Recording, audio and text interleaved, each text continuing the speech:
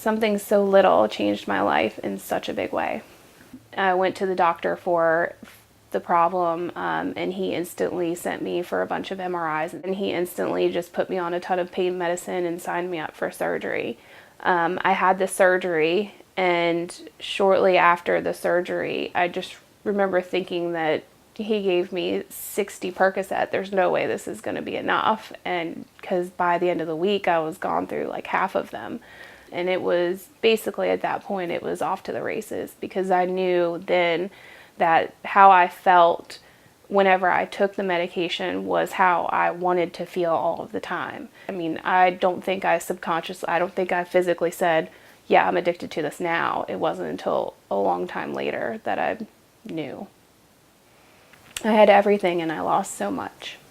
The best thing that ever happened to me was getting arrested. So my daughter is, at that point, she was 2.5, 3 years old whenever I got arrested. Well, whenever I first found out that she had the problem, I didn't know what to do, actually. I was pretty mad about it. Then I thought she could just stop, you know.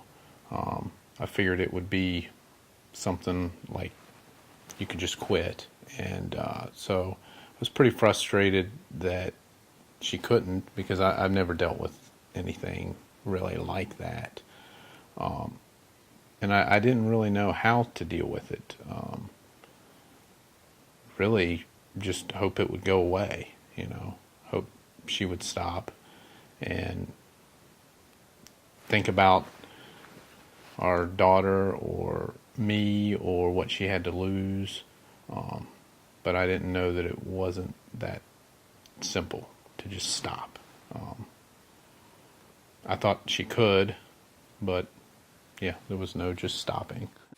The addiction had gotten so bad that I was self-medicating the postpartum. I was breaking into people's homes to steal drugs. When you hear that you should lock up your meds, you really should. My addiction had gotten to the point where I just didn't care. I knew that the end of me was going to be a very angry homeowner that just shot me, or it was going to be that I was going to overdose. I went to prison for nearly 2 years, and that was the only thing, I think, that ended up saving me. Because you go to prison and you're by yourself. You have to be there with yourself to figure out where you went wrong. I got the support that I needed, and now I have a really good network of people that I can talk to. My husband has been extremely wonderful throughout this whole process. It's a lot to take on, to have postpartum addiction and then a 2-year prison sentence thrown at you, all within the first 10 years of marriage. We'll be married for 10 years this upcoming August, and it's a lot to take on. But while I was gone, every week I'd gotten letters and mail from him, and granted, some of the letters he sent, he was angry, and they weren't all rainbows and sunshine. But there was always pictures included. Like, he always, regardless of his anger and his frustration, he always ended up sending me photos of the good times that I was missing out on. He, without fail, every single Tuesday I'd get the call in my room from one of the guards saying, "You have a visit." I was terrified of going to prison, but coming home was even scary too.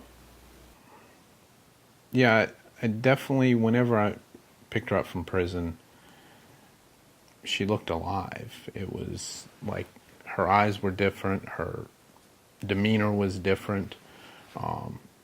She looked like the Amanda that I knew, like, and married. Telling my story is part of my recovery. Today, I am living my life again.